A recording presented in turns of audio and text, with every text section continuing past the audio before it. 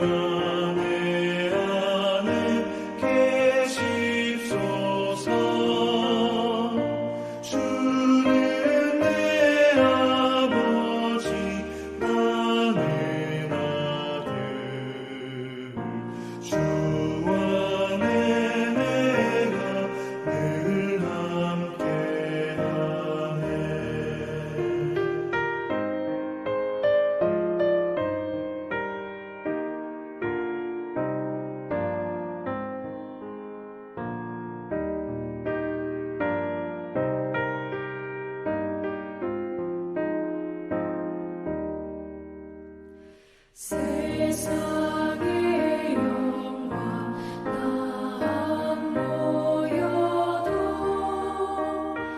언제나 주님은 나의 기여 주님만 내 맘에 계시오니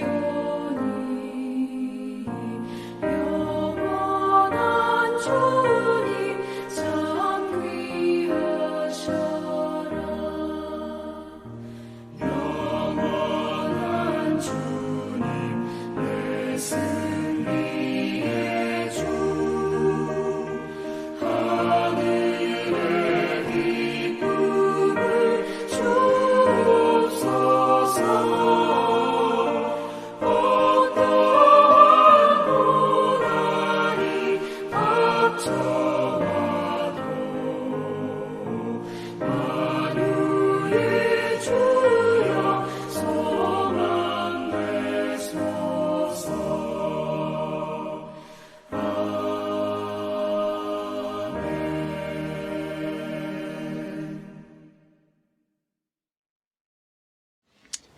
기도하시겠습니다. 사랑의 주님, 팬데믹 상황이 훨씬 더 악화되고 있습니다. 그러나 최선을 다해서 백신도 맞고 방역 수칙도 지키고 하나님을 바라보며 이 고난이, 이 어려운 시기가 빨리 지나가기를 기도합니다. 하나님 아버지, 많은 사람들이 전염병으로 인해서 고통받고 죽어가고 있습니다. 불쌍히 여겨 주옵소서. 오늘날 이 교회가 이 모든 일들을 하나님의 눈으로 바라보며 하나님의 능력과 사랑으로 공평과 정직으로 많은 사람들이 동등하게 인격적인 대우와 생명 존중을 받게 하여 주옵소서. 한 사람의 목숨이 소중합니다. 주님, 전 세계에 고통받는 이들의 기도를 다 들어주시는 하나님, 속히 우리를 구원하여 주옵소서. 봄이 오면 여름이 오고, 여름이 오면 가을이 오고, 가을이 오면 겨울이 오고, 겨울이 지나면 다시 봄이 오는 것을 알고 있습니다. 이렇게 계절의 변화가 확실히 이루어지듯이 힘들고 어려운 때가 있으면 또 기쁘고 편안한 때가 도래할 줄로 믿습니다. 주께서 하시는 줄 믿습니다. 주여 속히 우리를 구원하여 주옵소서. 코로나 바이러스와 떨어져 살 수 없는 세상임을 알게 되었습니다. 코로나 바이러스와 함께 더불어 살아갈 수 있는 지혜를 주옵소서. 어떻게 살면 좋을까요? 주님, 코로나 바이러스를 통해서 우리에게 주시고자 하는 교훈이 무엇인지 우리가 잘 깨달아서 더더욱 주님 앞에 죄를 짓지 않도록 저희들에게 회개의 영을 부어 주시옵소서. 오직 주님만 사랑하기를 원하오며 이 시간 우리의 몸과 마음을 바쳐서 주님만을 예배하기를 원합니다. 예수님 이름으로 기도합니다. 아멘.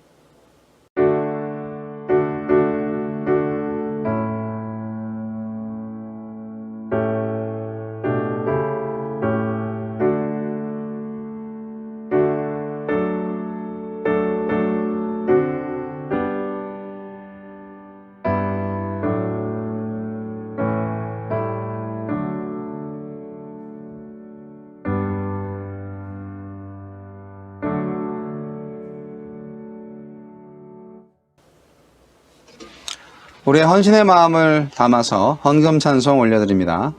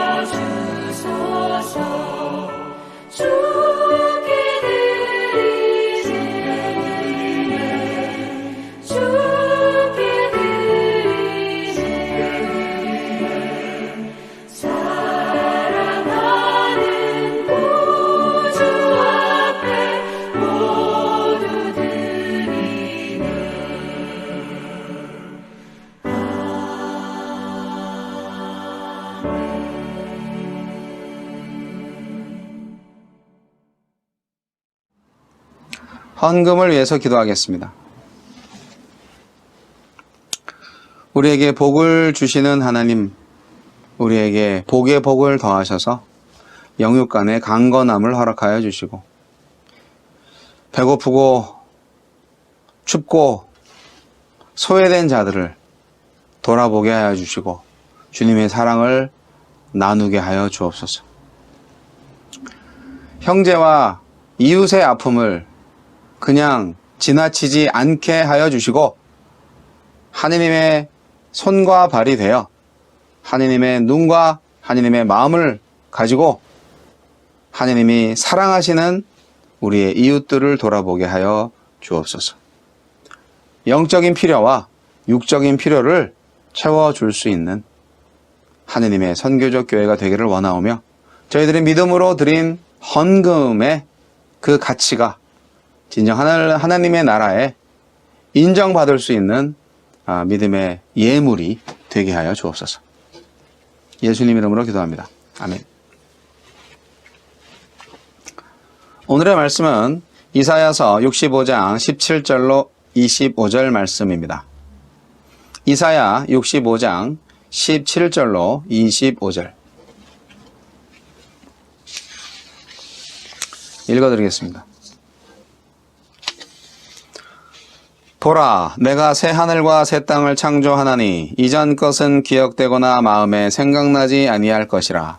너희는 내가 창조하는 것으로 말미암아 영원히 기뻐하며 즐거워할지니라.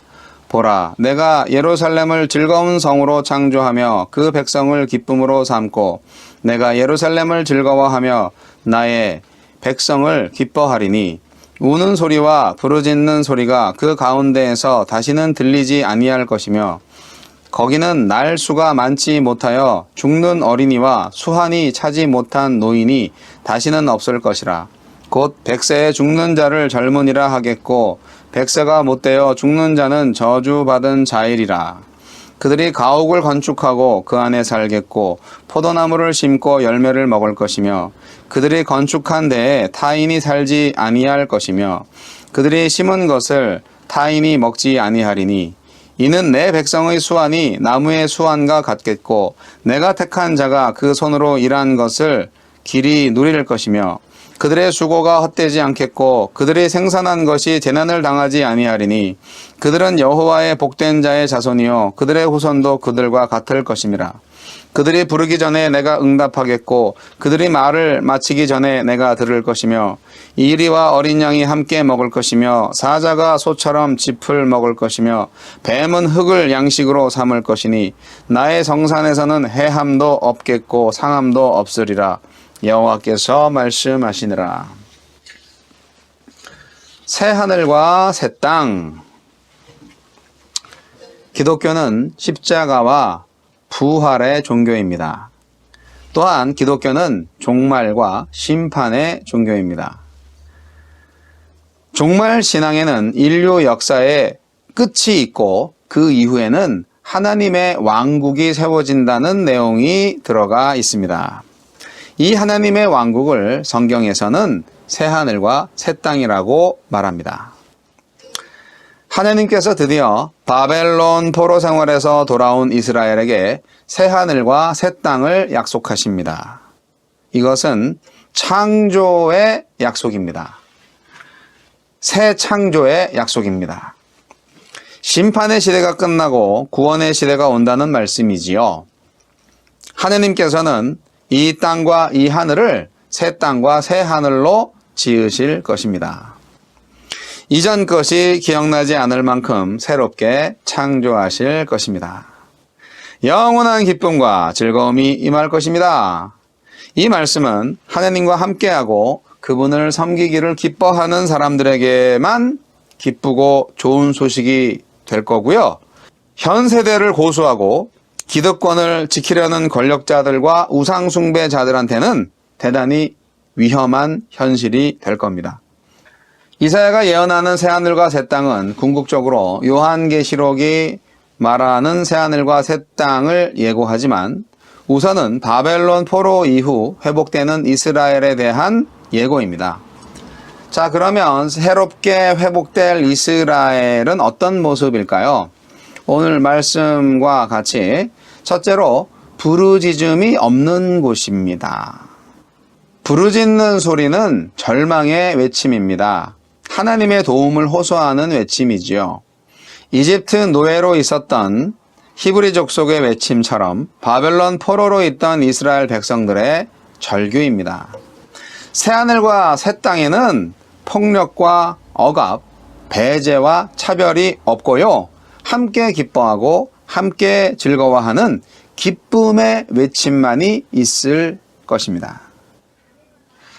두 번째로 새하늘과 새 땅은 일한 대로 누리는 곳입니다. 새로운 사회는 안식과 안락도 있지만 무엇보다도 일한 대로 누리는 곳입니다. 일하지 않고 놀기만 한다고 늘 행복한 것은 아닙니다. 각자 할 일이 있고 자신이 성실하게 일한 대로 인정받고 보상받으면서 이를 통해 누군가를 섬기고 같이 누릴 수 있는 곳이 진정으로 행복한 낙원입니다. 세 번째로 새하늘과 새 땅은 함께 사는 곳입니다. 약육강식이나 적자 생존이 오늘날 우리가 사는 세상의 상식적인 존재 방식이 되어버렸습니다. 그러나 새하늘과 새 땅은 이리와 어린 양이 공존하고 사자와 소가 함께 풀을 먹는 세상이 될 것입니다. 억압과 차별이 없는 사회, 함께 땀의 결실을 누리는 곳이 진정 축복의 나라입니다. 자, 어떻습니까? 새 하늘과 새 땅이야말로 진정 하나님의 나라가 아닐까요? 맞습니다. 이사야서의 전체 주제는 바로 이 하나님의 나라에 초점을 맞추고 있습니다. 이사야서에서 1장부터 마지막 장까지 말하고 있는 대주제가 바로 이 하나님의 나라입니다. 시온의 회복, 예루살렘의 회복, 즉 하나님 나라의 새로운 건설입니다. 오늘날 우리들이 사는 곳은 어떻습니까? 살고 싶다고, 살려달라고, 도와달라는 부르짖음과 아우성이 여기저기에서 많이 들리고 있지 않습니까? 그리고 우리는 일한 대로 공정하게 누리고 있나요? 노동 착취를 당하거나 노동 착취를 가하고 있지는 않습니까? 또한 나만 잘 살면 된다고, 내 가족만 잘 살면 되고 남들은 어떻게 되든 상관없다고 생각하는 사람들이 아직도 많이 있나요? 하나님의 나라는 먼 미래에 갑자기 천지가 개벽을 해서 한 방에 빵 생기는 나라로만 생각해서는 안 됩니다. 그런 날이 오기는 하겠지만 예수님은 이미 제자들에게 하나님의 나라는 이미 시작되었다고 말씀하신 바 있습니다. 누가복음 17장 20절로 21절 읽어봅니다. 바리새인들이 하나님의 나라가 어느 때에 임하나이까 묻거늘 예수께서 대답하여 이르시되 하나님의 나라는 볼 수 있게 임하는 것이 아니요 또 여기 있다 저기 있다고도 못하리니 하나님의 나라는 너희 안에 있느니라. 자, 그러면 오늘날 우리에게 임할 하나님의 나라는 어떤 나라인가요? 우리가 회복해야 할 하나님의 나라는 어떤 나라입니까? 하나님의 나라에서는 오직 예수 그리스도의 피로 정결하게 된 주의 백성만이 삽니다. 또한 인간과 자연 만물, 동식물과의 관계가 온전한 평화와 공존의 세계로 변화될 것입니다.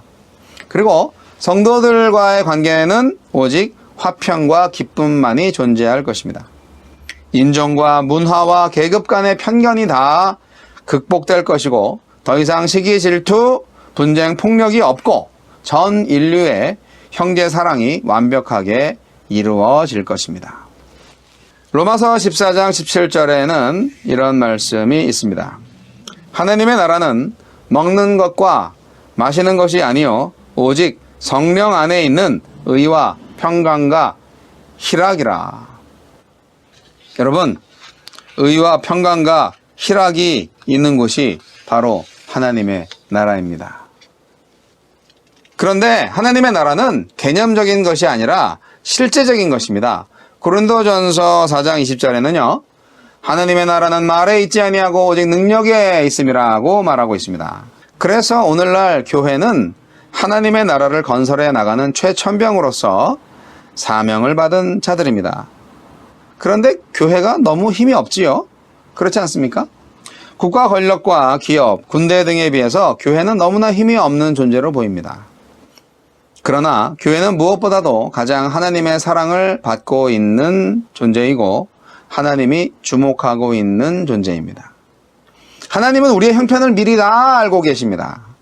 우리가 도움이 필요할 때 하나님은 신속히 도와주세요. 하나님은 예전부터 약속하셨습니다. 시편 50편 15절 말씀, 환난 날에 나를 부르라. 내가 너를 건지리니 네가 나를 영화롭게 하리로다. 특히 하나님께서는 고통 중에 부르짖는 자의 기도에 속히 응답하시며 구원을 베푸십니다. 실제로 예수님께서는 당신의 공생의 기간에 각양각색으로 병든 자와 고난당한 자들을 치유하고 구원을 베푸셨습니다. 여러분, 하나님의 도우심이 너무 더딘 것 같으신가요? 인간의 눈으로 볼 때 매우 더딘 것처럼 보이지만 하나님의 시간으로 최적의 때에 하나님의 구원은 임할 것입니다. 우리는 모르지만 하나님은 당신이 정하신 때에 반드시 우리를 구원하러 오실 것입니다. 코로나19로 인한 세계적인 고통이 2년째 지금 이어지고 있습니다. 특히 가난한 사람들, 장애인, 외국인 노동자, 노인 등 사회적 약자들이 더 큰 고통과 배제를 경험하고 있을 것입니다. 백신을 아무리 잘 맞았어도 돌파 감염이 속출하고 델타 변이 바이러스가 미국인 하루 확진자 수를 10만 명 이상으로 만들고 그보다 더 무서운 둠스데이 변이 바이러스가 올 수도 있다는 절망적인 상황이 벌어지고 있습니다. 델타 변이 바이러스가 초기 바이러스보다 치명률이 많이 낮아졌다고는 하지만 반면 전파력이 상당히 높고요. 독감 치명률보다는 10배 이상의 치명률을 가지고 있기에 아주 무서운 바이러스입니다. 코로나 감염은 결코 남의 일이 아닙니다. 인류 전체에 닥친 위기이고 경고입니다. 우리가 코로나 시대에 배울 점이 참 많습니다. 앞으로 우리는 코로나 없는 세상에서 살기는 어려울 것 같습니다. 이제 우리 세상은 코로나와 함께 살아야 하는 세상입니다. 오직 하나님을 의지하고 그분께 부르짖는 자는 구원을 얻을 것입니다. 하나님께 지혜를 구하고 하나님의 능력을 기대하시기 바랍니다. 새하늘과 새 땅이 오리라는 소망 가운데 오늘도 주님이 주시는 기쁨과 평안을 누리시는 선교적 교회 여러분 되시기를 주님의 이름으로 축원합니다. 기도하시겠습니다. 하나님 아버지, 코로나 시대에 하나님의 교회를 다시 일으켜 주옵소서. 어떻게 해야 합니까? 지혜를 주시고 믿음을 주옵소서. 주님, 우리가 여기 있습니다. 주님, 우리를 사용하여 주세요. 주님, 주의 말씀에 순종하겠습니다. 결단으로 주님의 구원을 소망하는 마음으로 오직 하나님을 예배하는 저희들이 되게 하여 주옵소서.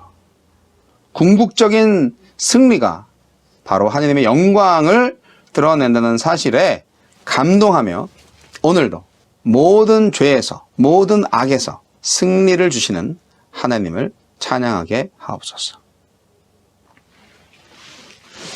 지금은 우리 주 예수 그리스도의 은혜와 하느님 아버지의 극진하신 사랑과 성령님의 감화감동 교통 역사하심이 새하늘과 새 땅을 주리라 말씀하신 하나님의 말씀에 전적인 소망과 믿음으로 하느님의 사랑을 힘입어 새롭게 기도하기로 결단하는 모든 선교적 교회 성도들 머리 위에 이제부터 영원까지 함께 하시기를 우리 구주 예수 그리스도 이름으로 간절히 축원하옵나이다. 아멘.